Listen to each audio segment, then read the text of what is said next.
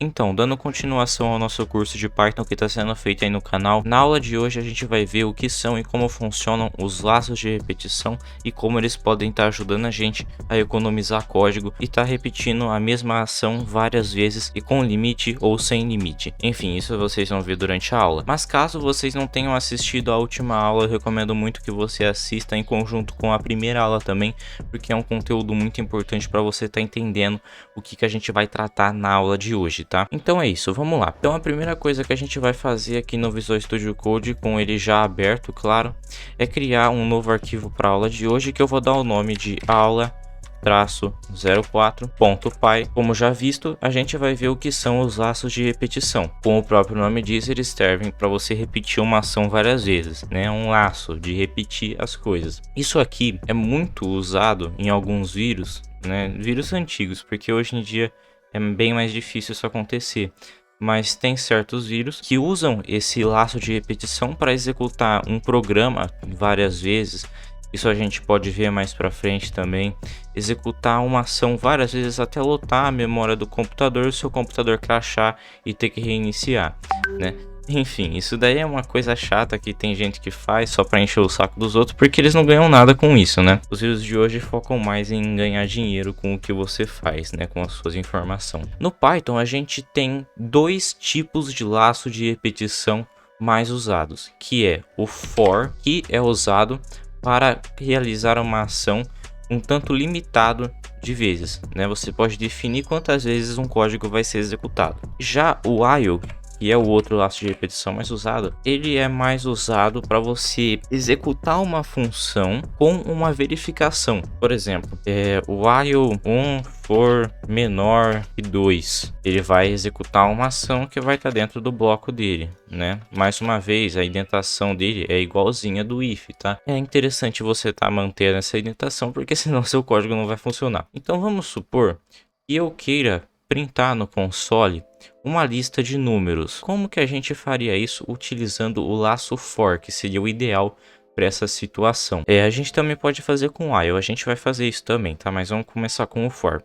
Então, a gente vai usar aqui, ó, for i, aqui a gente define uma variável, tá? Que vai ser usada dentro do laço for. For i in range, calma que eu já vou explicar o que é isso.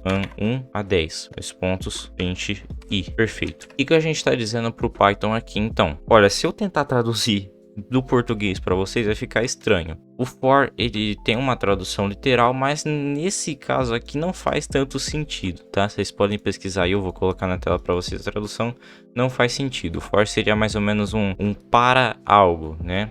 Mas aqui não faz tanto sentido isso. O que a gente está dizendo para o Python dando ao i, que é uma variável criada com o for. Todo for tem que ter uma variável dessa. Você poderia colocar qualquer nome aqui, tá? Num, ou n, ou x, abacaxi. Você poderia colocar qualquer coisa aqui. Não, abaixi não, né? Mas, enfim, também poderia. Bom, o for vai ser executado o tanto de vezes que for atribuído ao i. Para a gente definir o tanto de vezes que o i vai ser executado, a gente utiliza o inRange, tá? Que é no parâmetro ou na quantidade, tá? O método range, ele cria para você uma lista. Com o range, a gente define aqui 1 para 10, tá? Isso daqui é o número inicial da lista, isso aqui é o número final da lista, tá? Eu poderia colocar qualquer outra coisa aqui, 100, poderia colocar 1000, também daria certo, tá?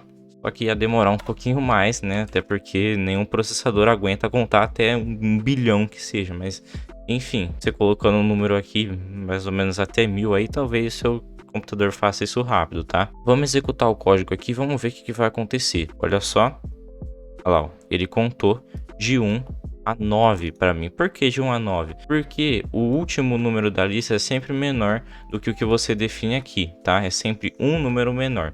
Então se eu colocar 11 aqui, vocês vão ver que agora ele vai contar até 10, olha só. Então é isso, a gente viu aqui como que funciona o for de uma maneira básica, e a gente poderia utilizar isso de várias outras maneiras, tá? Vamos supor aqui, a gente poderia printar, ó, 1 vezes i, olha só. A gente printou aqui, ó.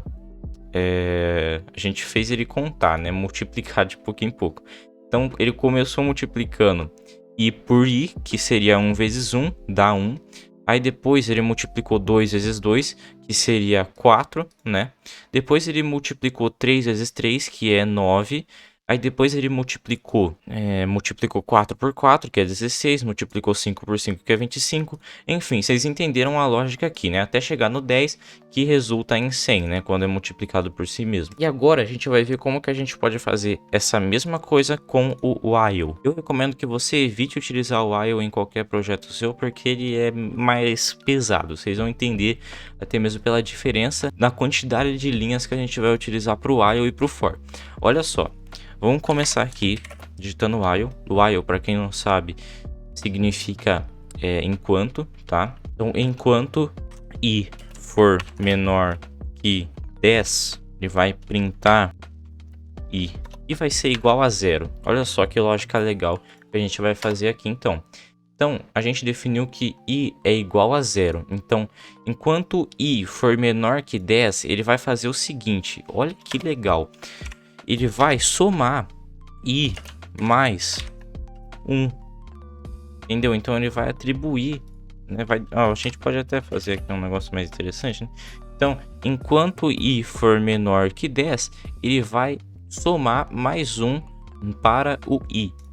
E daí a gente pode colocar uma outra coisa mais interessante ainda aqui, que é o seguinte: se o i for igual a 10, ou a gente pode também utilizar um operador mais interessante, que é for menor ou igual a 10, ele vai printar o i. Olha só que legal. O que a gente fez aqui então é dizer o seguinte para o Python: a gente declarou uma variável com o nome de i e define que ela é igual a 0. Depois a gente diz que enquanto i for menor que 10, ele vai atribuir 1 a mais, o valor 1 a mais a 1. Então ele vai somar 1 para o 0, né? E assim até chegar a 10. E dentro disso a gente coloca uma verificação que sempre vai ser executada quando o laço se repetir, que é enquanto i for menor ou igual. Lembre-se desse operador aqui, ó, o menor igual junto é menor igual, né? Então, enquanto i for menor igual a 10, ele vai printar i. A gente não precisaria disso daqui, tá? A gente poderia só deixar o print, mas eu coloquei o if para estar mostrando um operador relacional para você. E é isso daqui, tá? Esses operadores aqui são chamados de operadores relacionais, tá? Vamos rodar o programa aqui, vamos ver o que ele vai fazer pra gente. Ele printou aqui pra gente, né? De 1 até 10 também com o while, beleza? É isso então. Então é isso, pessoal. Espero que eu tenha conseguido explicar para vocês de maneira contundente e precisa o que eu queria passar nessa aula.